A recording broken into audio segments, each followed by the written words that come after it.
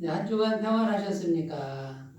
오늘 주님께 예배드리는 주일, 오늘도 주님의 임재가 충만한 예배가 되시기 바라겠습니다. 다 같이 묵상기도 드리심으로 주일 예배를 하나님 앞에 드리겠습니다. 다 같이 기도 드리겠습니다.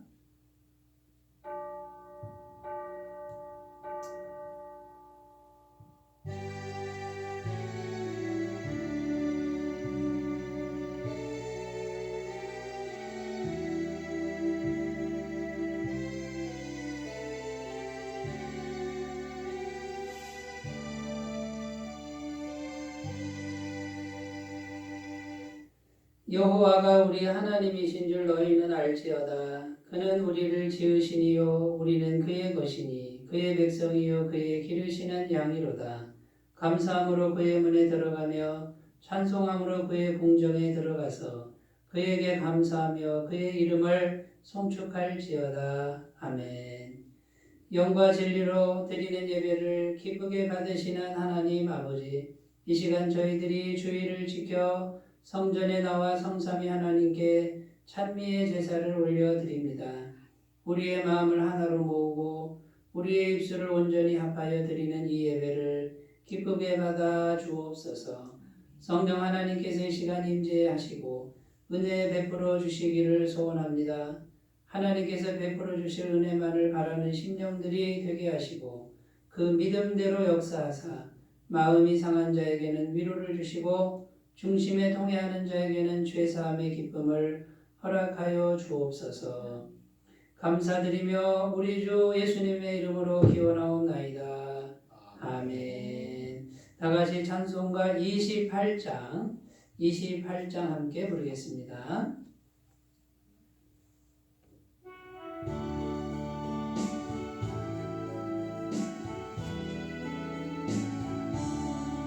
복의 근원 강림하사 찬송하게 하소서.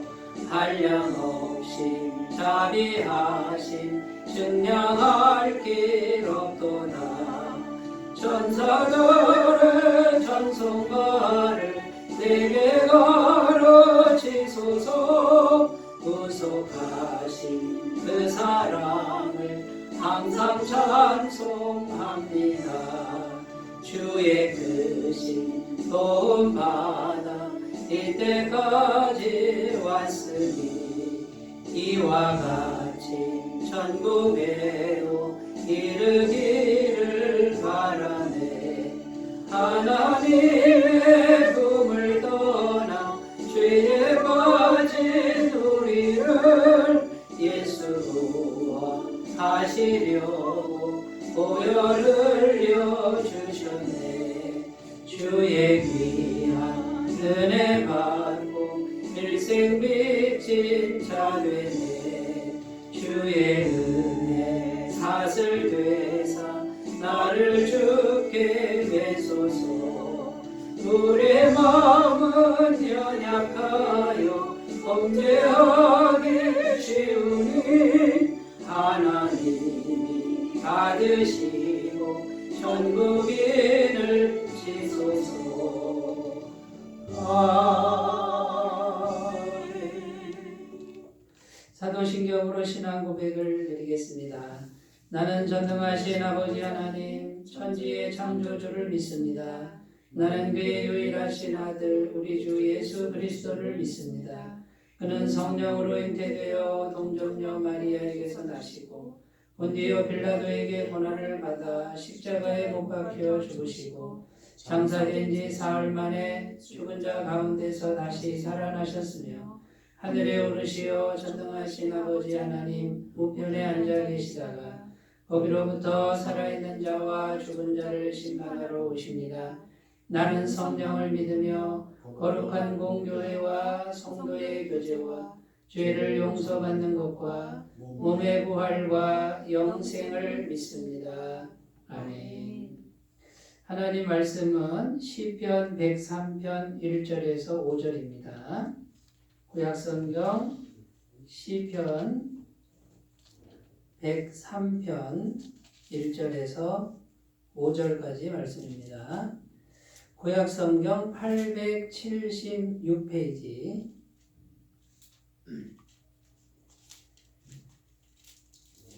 시편 103편 1절부터 5절까지 말씀을 제가 봉독해 드리겠습니다. 내 영혼아 여호와를 송축하라. 내 속에 있는 것들아 다 그의 거룩한 이름을 송축하라. 내 영혼아 여호와를 송축하며 그의 모든 은택을 잊지 말지어다.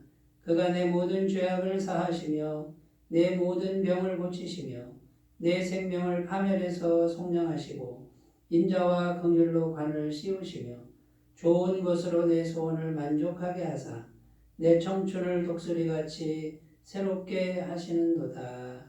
아멘. 오늘도 하나님 말씀을 통해서 주님을 만나시는 귀한 은혜가 있으시길 바라겠습니다. 오늘 말씀의 제목은 내 영혼아, 내 영혼아, 이런 제목으로 함께 은혜를 나누겠습니다. 시편 103편 이 시편은 다윗 왕이 지은 시로 알려져 있습니다. 분위기가 굉장히 밝고 또 희망차고 기쁨에 넘쳐 있습니다. 이 시편을 지은 시기가 언제냐면요, 다윗이 이스라엘 전체의 왕이 되고 왕이 된 후에 모든 부분에서 정말 잘 되어 있는 다윗의 절정기, 그때 지은 시편으로 알려져 있습니다. 개인적으로는 이스라엘의 왕이 되어서 개인적 명성과 또 권력과 덕을 충분히 얻은 시기입니다. 모든 백성들이 이 다윗 왕을 좋아하고 또 존경하고 따르는 그런 분위기가 나라 전체에 형성이 됐습니다. 가정적으로는 이제 왕자들이 많이 태어났죠. 그러니까 이 왕의 가정에 왕자들이 많다, 이런 뜻은 뭘 의미하냐면요, 그 다윗의 왕권이 굳건하게 섰다, 이것을 의미합니다. 가정적으로 행복하고 기둥 같은 왕자들이 딱 버티고 있는 그런 다윗 왕의 가정을 볼 수 있습니다. 대외적으로 정치적으로 다윗 왕이 하나님의 은혜를 받아서 아주 강력한 나라가 됩니다. 강력한 군사력을 가지고 이스라엘 주변에 있는 나라들을 이제 정복을 한 거죠. 여러 나라를 정복을 했습니다. 그럼 그 정복하면 뭐가 따라옵니까? 조공이 오게 되어 있습니다. 그러니까 정치적으로 대외적으로도 뭐 부러울 것이 없고 두려움이 없는 주변의 나라들을 다 정복을 해서 늘 그 나라들로부터 세금을 받는 이러한 때가 바로 이 시편 103편, 이 시편을 기록한 시기라고 할 수 있습니다. 정말 누가 봐도 행복해 보이고 누가 봐도 부러운 또 강한 그런 다윗 왕의 면모를 보여주고 있습니다. 여러분, 그러면 이렇게 환경적으로 이 환경만 좋은 환경이 주어지면 우리 인생은 진정한 행복이 오는 것이냐라는 질문이에요. 그런데 이런 환경적으로 정말 부족함이 없는 그런 다윗 왕이 오늘 시편 103편 1절에 뭐라고 시작합니까? 내 영혼아, 이렇게 시작하죠. 다윗 왕은 지금 무엇을 강조하는 겁니까? 영혼을 강조합니다. 환경이 자랑할 게 너무 많습니다. 여보시오, 내 가정을 좀 보시오. 우리 왕자들 좀 보시오. 여보시오, 나 좀 보시오. 내가 왕이 되었어. 모든 백성들이 나를 존경하고. 여보시오, 우리 나라가 이렇게 강대국이 됐어. 이런 거 얼마든지 자랑할 수 있었습니다만 다윗은 시편 103편에 내 영혼아, 이렇게 지금 고백하고 있습니다. 다윗은 영혼이 중요하다라고 지금 강조하고 있고, 내 영혼아 하면서 영혼을 향해서 지금 말하고 있는 거예요. 내 영혼이 잘못되면 안 된다. 환경이 이렇게 좋아도 영혼이 중요하다. 이것을 지금 말을 하고 있습니다. 1절 말씀에 내 영혼아 여호와를 송축하라. 내 속에 있는 것들아. 이게 내 속에 있는 것들아 그러잖아요. 바깥에 있는 것이 아무리 좋아도 그거보다 더 중요한 게 내 속에 있는 것들이다. 지금 이렇게 고백하는 것이 오늘 1절 말씀이 품고 있는 진정한 의미라고 할 수 있습니다. 그래서 이렇게 위대하고 훌륭한 다윗 왕이 내 영혼아 이렇게 외치는 이 말씀을 오늘 우리가 그대로 마음에 받아들여서 영혼이 중요하구나 이런 마음을 가지셨으면 좋겠습니다. 그래서 첫 번째 우리가 이제 기억해야 될 것이 뭐냐면 첫 번째 외적인 환경보다 내면의 영혼이 절대적으로 중요하다. 절대적으로 중요하다. 이것을 우리가 확실히 하였으면 좋겠습니다. 내 영혼아 라고 시작하고 있는 다윗의 심정을 받으셨으면 좋겠습니다. 마릴린 먼로라고 하는 세계적인 여배우가 있었습니다. 이 여배우는요, 대통령의 연인으로 알려져 있죠. 한 나라의 최고 권력자의 애인이니까 자기 말만 하면은 그냥 뭐든지 할 수 있는 그런 힘을 가진 사람이 되겠죠. 또 부와 명예와 인기가 최고였습니다. 그런데 이 여인이 1962년 어느 날 밤에 스스로 인생을 마감하고 떠납니다. 근데 그 유서에 이렇게 쓰여져 있습니다. 나는 한 여성이 가질 수 있는 모든 것을 가졌습니다. 나는 젊고 아름답습니다. 나는 돈이 많고 사랑에 굶주리지도 않습니다. 수백 통의 팬레터를 매일 받고 있습니다. 건강하고 부족한 것이 없습니다. 미래도 보장되어 있습니다. 그런데 웬일일까요? 나는 너무나도 공허하고 불행합니다. 뚜렷이 이유를 알 수 없지만 나는 불행하다고 느끼고 있습니다. 그리고 마지막 문장이 이런 문장입니다. 나의 인생은 파장하여 문 닫는 해수욕장과 같습니다. 이렇게 한 장의 유서를 남겨놓고 스스로 생을 마감하는 비극적 운명이 되고 말았습니다. 여러분, 이 마릴린 먼로는 외적인 건 뭐든지 다 가졌습니다. 돈도 많고요, 부도 많고, 명예도 많고, 인기도 많고, 권력도 있었습니다. 그런데 공허하고 불행하다고 느낍니다. 마릴린 먼로의 행복의 근원은 외적인 것이었습니다.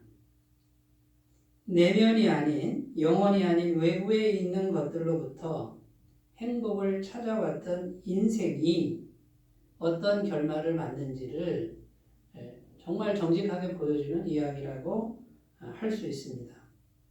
여러분, 외적인 걸 아무리 가져도 우리 영혼에서 영혼이 행복하지 못하면, 영혼에서 그 행복의 근원을 찾지 못하면 마릴린 먼로와 같은 인생이 될 수밖에 없다는 것입니다. 지금 다윗은 자기 인생 최고의 절정기에 이 시를 쓰고 있습니다만, 다윗은 자기 인생 최고의 이 절정기가 어디서부터 비롯됐는지 너무나도 잘 알고 있습니다. 그것은 무엇이냐? 영혼이라는 거예요. 자기 영혼. 자기 영혼의 힘이, 내면의 힘이 오늘날 자기를 만들었다는 거예요. 근데 그 영혼에 누가 계시는 겁니까? 하나님이 다윗의 영혼과 함께 하셨다라는 겁니다. 사울 왕에게 쫓기면서 생명이 풍전등화와 같이 위태로울 때가 계속됐습니다. 너무나도 막막하고 너무나도 두렵고 너무나도 외롭고 배고프고 도와줄 사람 아무도 없는 시간이 10년 이상 계속되었습니다. 그런데 다윗은 하나님만 붙드는 거예요. 하나님 한 분만 찾는 거예요. 그런데 여러분, 하나님이 우리 육신의 눈에 보입니까? 안 보이거든요. 마치 없는 것 같거든요. 그런데 다윗의 영혼은 하나님을 생각하고 하나님을 의지하고 하나님을 붙들었다는 거예요. 영혼의 힘으로 하나님을 붙들었다는 거예요. 그런데 놀라운 사실은 다윗의 영혼에 하나님을 계속 붙들었더니 그 다윗의 영혼에 임하신 하나님께서 다윗의 기도를 다 들으시고 다윗의 환경을 다 바꿔주셨다는 거예요. 다윗의 대적을 다 물리쳐 주시고 다윗이 어디로 가든지 이기게 하셨다라고 성경은 기록하고 있습니다. 시편 18편 1절에서 3절 다윗은 이렇게 기도합니다. 나의 힘이신 여호와여 내가 주를 사랑하나이다. 여호와는 나의 반석이시요 나의 요새시요 나를 건지시는 이시요 나의 하나님이시요 내가 그 안에 피할 나의 바위시요 나의 방패시요 나의 구원의 뿌리시요 나의 산성이시로다. 내가 찬송받으실 여호와께 아뢰리니 내 원수들에게서 구원을 얻으리로다. 나의 힘이신 여호와여 이렇게 외치는데 그 여호와가 어디 있단 말입니까? 여호와가 눈에 보입니까? 만져집니까? 안 보이고 안 만져지는데 다윗의 영혼은 나의 힘이신 여호와여라고 부르짖고 있는 것입니다. 다윗처럼 이렇게 영혼으로 여호와 하나님을 붙드는 사람은 다윗처럼 모든 어려움을 이겨내게 될 줄로 믿습니다. 시편 115편 9절에 이스라엘아 여호와를 의지하라. 그는 너희의 도움이시요 너희의 방패시로다. 하나님이 우리의 도움이시랍니다. 하나님 내 옆에는 도와줄 사람이 아무도 없습니다. 눈만 뜨면 나 혼자입니다. 눈만 뜨면 앞이 캄캄하고 지금 어떻게 해야 될지 모르겠습니다. 그런데 나는 내 영혼으로 여호와 하나님을 붙듭니다. 여호와는 나를 도와줄 분임을 믿습니다. 나를 지켜줄 방패임을 믿습니다. 영혼의 힘으로 여호와를 붙들었더니 그 모든 역경을 이겨냈다라고 말씀하고 있습니다. 다윗뿐만 아니고요. 성경에 나오는 수많은 위대한 인물들이 하나같이 영혼의 힘으로 하나님을 붙들었습니다. 아브라함이 하나님을 어떻게 만났습니까? 아브라함의 영혼이 하나님을 만났고요. 야곱의 아들 요셉이 애굽의 노예로 팔려갔을 때 어떻게 하나님을 의지합니까? 요셉의 영혼이 여호와 하나님을 붙들었습니다. 모세가 홍해를 가르고 하늘에서 만나를 내릴 때 그 하나님은 어떻게 모세를 만났습니까? 모세의 영혼이 하나님을 붙든 거예요. 여호수아가 이스라엘 백성들을 이끌고 가나안 전쟁을 치르는데 목숨을 건 전쟁을 치를 때 어떻게 하나님을 붙들었어요? 여호수아의 영혼이 하나님의 말씀을 붙들고 그 말씀을 붙들 때 하나님이 여호수아와 함께했다라고 성경은 기록하고 있습니다. 성경에 나오는 모든 위대한 인물들은 하나님을 오직 영혼의 힘만으로 붙들었던 사람들이고 영혼의 힘으로 모든 것을 이겨냈던 사람들이라고 기록하고 있습니다. 살아계신 하나님이 영이시니 지금 우리의 영혼을 필요로 합니다. 우리의 영혼이 그래서 중요한 거예요. 우리가 예수님 십자가 보혈을 믿으면 뭘로 믿습니까? 영혼으로 믿는 거예요. 그래서 완벽한 죄사함의 진리를 받아들이면 내 영혼이 구원받았다라고 말해주는 거예요. 우리가 복음을 전하고 영혼 구원을 하잖아요. 사랑하는 여러분, 우리가 아무리 많은 거를 쌓아놔도요. 영혼이 하나님을 붙들 때 진정한 행복이 옵니다. 그런데 많은 걸 쌓아놔도 영혼이 하나님을 만나지 못하면 공고하고 외롭고 허무하고 그럴 수밖에 없는 것이 우리의 인생입니다. 성경에 보면 다윗 왕이 된 이후에 나중에 죄를 짓습니다. 무슨 죄를 졌습니까? 간음죄를 졌죠. 부하 장수의 부인과 간음죄를 짓고 아이까지 낳아요. 근데 그 아이가 첫째 아이가 죽어버리죠. 근데 그 부하 장수의 아내가 임신을 하고 오니까 그걸 합리화하기 위해서 어떻게 합니까? 그 부하 장수 이름이 우리아라는 장수인데 그 우리아를 죽여버리잖아요. 이렇게 음모를 꾸며가지고 결국 살인한 거죠. 그럼 그렇게 훌륭했던 다윗 왕이 어떻게 해서 죄를 짓게 됩니까?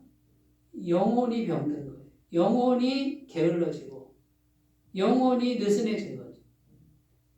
나단 선지자가 와서 하나님 말씀을 전합니다. 당신이 남의 아내를 가로챘으니 당신 아내들이 백주 대낮에 다른 남자와 동침할 것이고 당신이 살인죄를 졌으니 당신 집안에 칼이 끊임없이 역사할 것이라고 이렇게 하나님 말씀을 전하는데 그대로 되지 않습니까?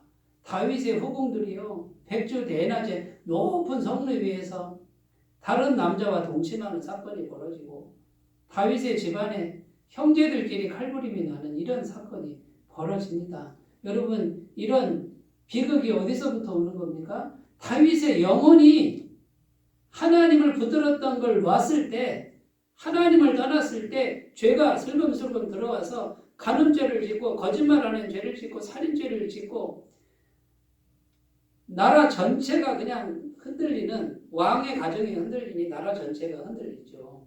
이런 비극이 어디서부터 옵니까? 영혼이 병들어서 오는 거예요. 우리 인생의 문제는 영혼의 문제입니다. 우리 영혼이 하나님만 붙들고 진리의 말씀만 굳게 붙들면 다 이겨낼 수 있는 문제라고 성경은 말하고 있고요. 우리 영혼이 하나님을 떠나고 말씀을 떠나면 비극이 온다라고 성경은 계속 말씀하는 것을 오늘 꼭 기억하시고 다시금 내 영혼을 어떻게 해서든지 이 내면의 영혼이 절대적으로 중요하다. 내 영혼에 말씀을 붙들리라. 하나님만을 붙들리라. 이렇게 결단하시는 귀한 아침이 되셨으면 좋겠습니다. 그래서 시편 1편에는 이렇게 말합니다. 복 있는 사람은 오직 여호와의 율법을 즐거워하여 그 율법을 주야로 묵상하는 자로다. 말씀을 영혼에 계속 묵상하고 붙드는 사람, 그 사람이 복 있는 사람이고 그는 시냇가에 심은 나무처럼 된다. 시절을 쫓아 과실을 맺고 그 잎사귀가 마르지 아니함받고 그가 하는 모든 일이 다 형통한 사람이 된다. 영혼이 말씀을 붙드니까 그렇게 된다라고 약속하고 있는 줄로 믿습니다. 오늘 내 영혼이 정말 소중하구나. 내 영혼에 달렸구나. 내 영혼이 하나님만을 붙들자. 내가 다윗처럼 막막하고 외롭고 쓸쓸하고 도와줄 사람 없어도 내 영혼이 언제든지 하나님만 붙들면 나는 이겨낼 수 있다라고 하는 소망을 가지시는 귀한 날이 되시기 바라겠습니다. 두 번째입니다. 하나님께 항상 감사하는 영혼을 가꾸십시오. 첫 번째는 뭡니까? 첫 번째는 외적인 환경, 그게 어떻게 되든지 그거보다 내면의 영혼을 절대적으로 소중히 여기라는 거고, 두 번째는요, 하나님께 항상 감사하는 영혼, 이걸 가꾸시라는 겁니다. 오늘 말씀에 1절, 2절을 제가 읽겠습니다. 내 영혼아 여호와를 송축하라. 내 속에 있는 것들아 다 그의 거룩한 이름을 송축하라. 내 영혼아 여호와를 송축하며 그의 모든 은택을 잊지 말지어다. 여기 보면 송축하라. 이 송축하라는 단어가 3번 나옵니다. 이 송축이라는 단어는 뭐냐면요, 찬양하는 건데 어떤 찬양이냐면 정말 존경하는, 정말 감사하는 그런 마음으로 하나님 한 분만을, 그분만을 높이면서 찬양하는, 이게 송축이라는 뜻입니다. 그러니까 이 송축은 인격체를 향해서 하는 거예요.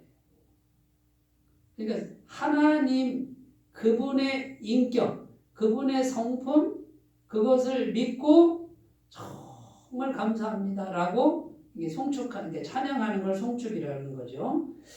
그런데 이제 문제는 뭐냐면 환경이 어렵습니다. 고난 가운데 있습니다. 그때에도 송축하라는 뜻이에요. 아니, 환경이 어려운데 어떻게 송축해요? 환경 보고 송축하는 게 아니라 여호와 하나님 그분의 인격, 그분의 높으심, 그분의 자비, 그분의 아름다움을 보고 그분께만 정말 감사하고 존경하는 마음으로 찬양하라, 이런 뜻이에요. 이게 다윗이 지금 뭐라고 그러는 거예요? 환경이 어려워도 내 뜻대로 안 돼도 내 영혼아 어떻게 하라고요? 여호와를 송축하라. 이게 다윗의 승리의 비결이에요. 다윗을 가만히 들여다보면 고생 그런 고생한 사람이 없어요. 한 나라의 왕이 자기를 죽이려고 해요. 네? 그 다음에 이제 막 요리하고 방황하는 세월이 10년이 넘어요. 보통 13년으로 보는 거죠. 17세에 도망자 신세가 되고 그 다음에 30세에 왕이 되니까 거의 한 10수년 동안 그냥 집을 떠나가지고 여기저기 목숨을 구걸하며 다녀야 했던 비극적인 운명. 17살에서 30세면 인생의 황금기를 그렇게 보내는 거예요. 30세에 왕이 되는데 위대한 왕이 되잖아요. 그런데 그렇게 고생한 다윗이 어떻게 했다는 거예요? 그렇게 힘들어도 여호와 하나님만을 생각하면 정말 감사합니다. 주님만을 찬양합니다. 주님께 영광 돌립니다. 이걸 잊지 않았다는 거예요. 그랬더니 영혼의 힘을 얻기 시작하더니 환경도 다 극복하는 하나님의 능력을 공급받았다라는 것입니다. 여러분, 그러니까 항상 감사하는 영혼을 가꾸는 것이 이게 능력이라는 거죠. 힘들 때 더 그렇게 하라는 거죠. 오늘 말씀에 하나님이 어떻게 하셨는지 한번 살펴보겠습니다. 3절에 보면 이렇게 되어 있습니다. 그가 내 모든 죄악을 사하시며. 이거 이제 과거에 내 죄악을 사해 주셨다라고 볼 수 있지만 지금도 죄악을 사하고 계신다. 이런 뜻이 있는 거예요. 그러니까 하나님이란 분은 어떤 분이에요? 내 모든 죄악을 언제든지 사해 주시는 분이기 때문에 내가 여호와를 송축한다. 이렇게 말하는 거예요. 내 모든 병을 고치시며. 이게 지금 과거에 말하자면 다윗이 병이 들어서 나은 경험이 있지만 지금도 고치고 계신다. 이런 뜻이에요. 그러니까 어떤 병이 와도 고쳐주는 분이기 때문에 여호와를 송축합니다. 그러니까 병을 고친 사건 때문에 감사하는 게 아니고 하나님이 어떤 분이라는 거예요. 내 모든 죄를, 여기 보면 모든이라고 되어 있잖아요. 모든 죄를 사하시고 모든 병을 고치시는 분, 하나님. 그분에게 진정한 감사로 찬양을 올려드립니다. 내 생명을 파멸해서 속량하시고. 자, 생명이 파멸이면 죽음이잖아요. 죽음인데 속량은 뭡니까? 값을 주고 구원해내는 거예요. 그냥 구원이 아니라 정당한 값을 치르고 구원해내는 거죠. 그러니까 우리의 구원과 같습니다. 그런데 지금도 내 생명을 파멸해서 속량, 값을 얼마든지 나 대신에 얼마든지 치러주신다 이런 뜻이죠. 인자와 긍휼로 관을 씌우시고 하나님의 인자와 긍휼이 언제나 내 머리 위에 있는 거예요. 그 하나님은 나를 향해서 인자와 긍휼을 언제든지 씌워주시는 거예요. 그러니 하나님을 송축합니다. 여호와를 송축합니다. 5절에 뭐라고 되어 있습니까? 좋은 것으로 내 소원을 만족하게 하시는 분. 얼마나 좋으신 하나님이에요. 내 청춘을 독수리같이 새롭게 하시는도다. 나이를 먹어도 독수리 같은 청춘 같은 힘을 주신다는 이런 분이 여호와 하나님이라는 것을 믿고 여호와를 송축합니다. 그러니 힘들어도 감사가 될 수밖에 없습니다. 하나님을 바라보니 얼마든지 그분은 내게 하나님의 것을 하나님의 능력을 주실 수 있는 분임을 믿으니 나는 언제나 송축할 수 있습니다. 여러분, 다윗은 엄청난 고난 속에서도 이 일을 계속했습니다. 이것이 다윗의 승리의 요인이었습니다. 다윗은 절망적인 상황이 많았으나 언제나 여호와를 송축함으로 희망을 얻을 수 있었고 정말 구제불능한 환경도 다윗이 여호와를 송축한 대로 여호와께서 역사하셨고 변해 갔다라는 사실입니다. 여러분, 하나님을 향한 진정한 감사와 송축은 이것만 잘하시면 그게 영혼의 자리를 잡으면 환경을 바꾼다라는 사실을 믿으셨으면 좋겠습니다. 어떤 사모님이 계신데 이 사모님이 백혈병 환자였습니다. 백혈병 환자 누가 결혼하겠습니까?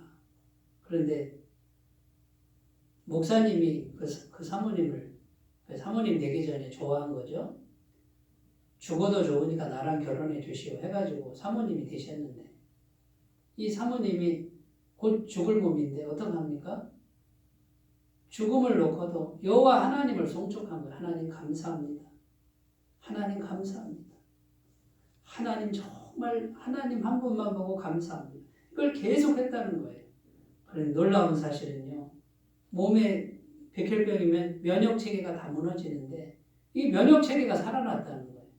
병원에서 사모님은 아이를 못 갖습니다 했는데 아이까지 임신하고 출산하는 기적이 일어났다는 것이죠. 여호와 하나님의 아름다움을 보고 그분에게 진정한 감사와 찬양을 드리는 이것은요 엄청난 능력입니다.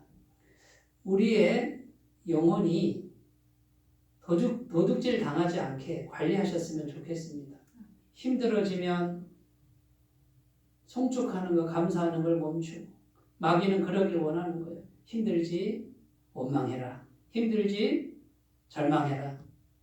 힘들지? 비관해라. 이게 지금 마귀의 작전이고요.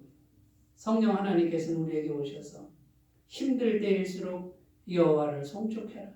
하나님께 감사를 드려라. 하나님의 영이 함께 하시고 너에게 능력을 베푸시고 희망을 주실 것이다. 이것이 주님의 음성인 줄 알고 그렇게 믿고 승리하시기를 바라겠습니다. 자, 세 번째입니다. 세 번째, 우리의 영혼을 균형 잡힌 영혼으로 가꾸십시오. 2절 말씀 다시 읽습니다.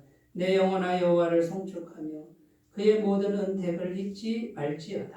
여기 보시면 그의 모든 은택을 잊지 말지어다. 은혜를 잊지 않는 영혼이 중요합니다. 뭐가 좀 잘 되면 금방 은혜를 잊어버리고 자기가 다 한 것처럼 하나님 은혜를 잊어버리는 이런 사람들이 많은 것 같습니다. 여러분, 은혜를 잊지 않는 심령, 이것이 왜 중요합니까? 은혜를 잊지 않을 때에 우리는 균형 잡힌 영혼이 돼요. 은혜를 잊지 않는다는 건 뭡니까? 자기가 비참했던 때를 아는 거예요. 오늘 말씀에 보면 내 모든 죄악을 사하시며 그러면 자기가 죄인이라는 걸 알고 있는 거예요. 내가 죄인인 걸 알지만 하나님의 은혜로 사함받았다. 그러니까 균형이 딱 잡히는 거예요. 사함받았어도 나는 죄인인 걸 알고 있는 거예요. 내 모든 병을 고치시며 내게 병이 있다는 걸 기억하는 거예요. 아, 내가 불치병이 있었구나. 내가 병이 있었구나. 내가 그렇게 연약한 존재구나. 그런데 하나님이 은혜로 고쳐주셨구나. 그러면 균형이 잡히는 거예요. 내 생명을 파멸해서 속량하시며 아, 나는 죽음을 갖고 있는 죽을 수밖에 없는 존재구나. 그런데 하나님이 생명을 주셨구나. 그러니까 죽음과 생명이 딱 균형이 잡혀 있습니다. 여러분, 이렇게 균형이 잡힐 때 우리는 건강한 영혼이 됩니다. 복음이라는 게 무엇입니까? 우리가 죄인인데 우리 힘으로는 죄를 해결할 수 없습니다. 여전히 지금도 죄인입니다. 그런데 우리가 구원받았습니다. 어떻게 구원받습니까? 우리 주 예수님의 100%의 헌신, 십자가에서 몸을 찢으시고 피를 흘리셔서 완벽한 죄값을 지불하신 주님의 은혜를 우리가 받아들일 때 완벽한 죄사함을 받았잖아요. 그런데 죄사함 받았다고 우리가 죄가 없습니까? 여전히 나는 죄가 있잖아요. 그러니까 우리는 죄인이면서 의인이 완벽한 죄인인데 완벽한 의인입니다. 이 균형이 딱 잡힐 때 건강한 영혼이 되는 줄로 믿습니다. 대부분 이 균형을 잃어버리면 어떻게 됩니까? 죄인인 건 잊어버리고 의인만 있으면 어떻게 됩니까? 교만해지는 거예요. 이게 이제 교만병에 빠지고요. 의인은 잃어버리고 나는 죄인입니다 하는 분들은 열등감에 빠지고 낮은 자존감으로 비굴하게 살 수밖에 없는 거예요. 나는 죄인이어도 괜찮습니다. 난 좀 부족해도 괜찮습니다. 왜 그렇습니까? 완벽한 예수님의 의가 내게 날마다 덧입혀지니 그러면 생각해 보세요. 나는 좀 죄인이어도 괜찮아요. 왜요? 예수님의 의가 있으니까. 자유하지 않습니까? 나는 완벽한 의인이지만 그 의는 나의 의가 아닙니다. 교만해질 수가 없어요. 나 같은 죄인을 받아주신 예수님의 완벽한 의 때문에 마음이 높아질 수가 없어요. 예수님의 그 크신 은혜를 받고 내가 새 사람 됐으니 나도 예수님처럼 겸손하자. 다른 사람 섬기자. 이렇게 균형 잡힌 영혼이 될 수 있다는 것입니다. 사랑하는 여러분, 균형 잡힌 영혼은 복음 안에 있습니다. 다윗은 그렇게 인생의 절정기에도 그 모든 은택을 잊지 말아라. 내 영혼아, 내 영혼아 잊지 말아라. 네가 그렇게 비참했는데 하나님의 은혜가 있던 거 잊지 말아라. 균형 잡힌 영혼을 갖고 있습니다. 우리 모두 다윗처럼 자기 영혼을 향해서 내 영혼아, 영혼아, 영혼이 중요하다. 환경보다 영혼이 중요하다. 내 영혼아, 여호와를 송축하라. 내 영혼아, 은혜를 잊지 말아라. 이렇게 다짐하면서 매일매일 걸어가셨으면 좋겠습니다. 기도하겠습니다. 하나님 아버지, 다윗은 인생 절정기에 내 영혼아, 내 영혼아 이렇게 말하고 있습니다. 그러나 인생 절정기에만 한 것이 아니고 정말 암울했던 시절, 앞이 보이지 않던 시절부터 다윗은 내 영혼아 여호와만을 붙들어라. 말씀만을 붙들어라. 그렇게 행했던 신실한 인물이었습니다. 모든 걸 이긴 것처럼 하나님 우리도 영혼의 다짐을 하게 하시고 우리의 영혼이 다윗의 영혼처럼 오직 하나님만 붙들고 말씀만 붙드는 귀한 사람들 되게 하여 주옵소서. 예수님의 이름으로 기도드립니다. 아멘. 찬송가 405장 함께 부르겠습니다.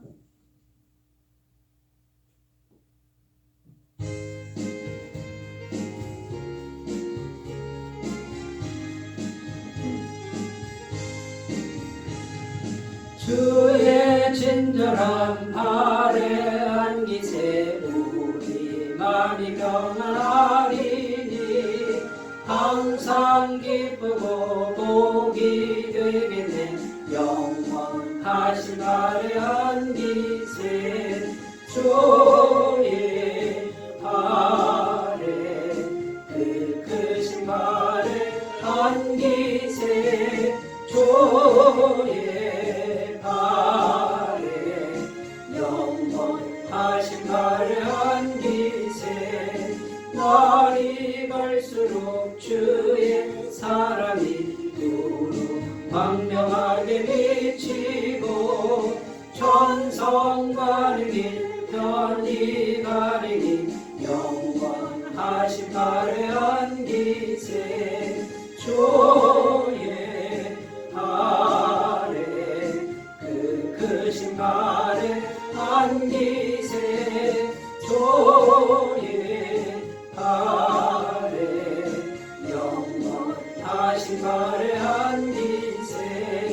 주의 보좌로 나아갈 때에 기뻐 찬미 소리 외치고 겁과 두려움 없어지리니 영원하신 발에 안기세 주의 발에 그 크신 발에 안기세 주의 발에 영원하신 발에 안기세. 아멘. 네, 교회 소식 전합니다. 오늘도 성도님들 마음에 주님의 평안과 기쁨이 넘치시기를 기도드립니다. 방역수칙 철저히 준수하는 가운데 지혜로운 마음으로 예배와 전도에 힘써주시면 감사하겠습니다. 헌금은 헌금함이나 또 교회 계좌로 헌금해 주시면 감사하겠습니다. 이제 찬송가 450장 부르시고 축도로 예배를 마치겠습니다.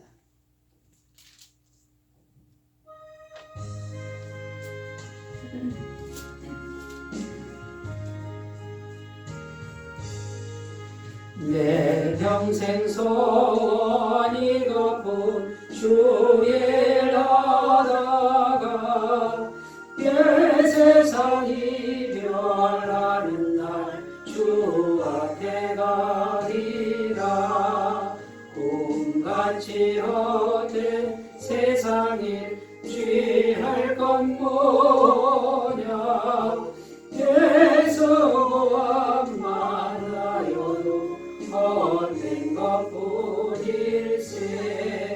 돌같은 시험 많으나 겁내지 맙시다. 거저의 본능 그 신이 이기고 남겠네. 금보다 귀한 믿음은 참 보배로다. 이질 믿는 사람들 다 복을 받겠네. 살같이 빠른 광음을 주위에 아끼세. 온 몸과 마음을 바치고 힘써서 일하세.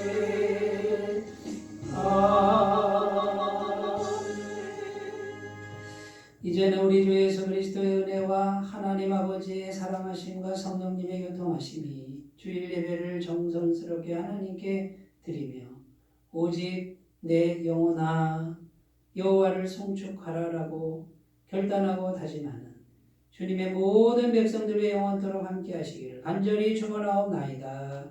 아멘.